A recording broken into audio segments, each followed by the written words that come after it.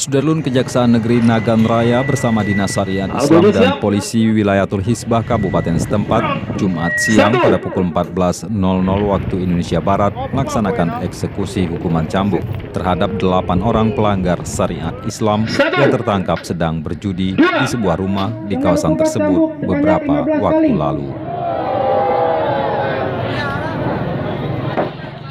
Prosesi pelaksanaan hukuman cambuk tersebut berlangsung di Kompleks Masjid Baitul Kiram, Ujung Fatihah, Kecamatan Kuala, yang dihadiri pejabat Pemkab serta unsur musbika dengan pengawalan ketat dari aparat kepolisian bersenjata. Saya memang ini yang pertama ya, dengan berlakunya kanun yang baru itu yang nomor 6 tahun 2014 ya. Jadi itu pertama kali untuk di Nagan Raya. Ya. Ada berapa orang tuh yang disambut hari ini, Pak? Perkara maisir atau judi ini lebih 8 orang ya. 7 orang adalah yang selaku pemain, 1 yang menyediakan tempat.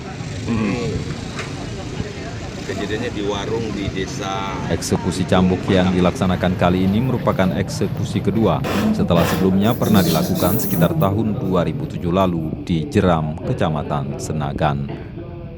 Dari Sukamakmur, Dedi Iskandar, Serambion TV.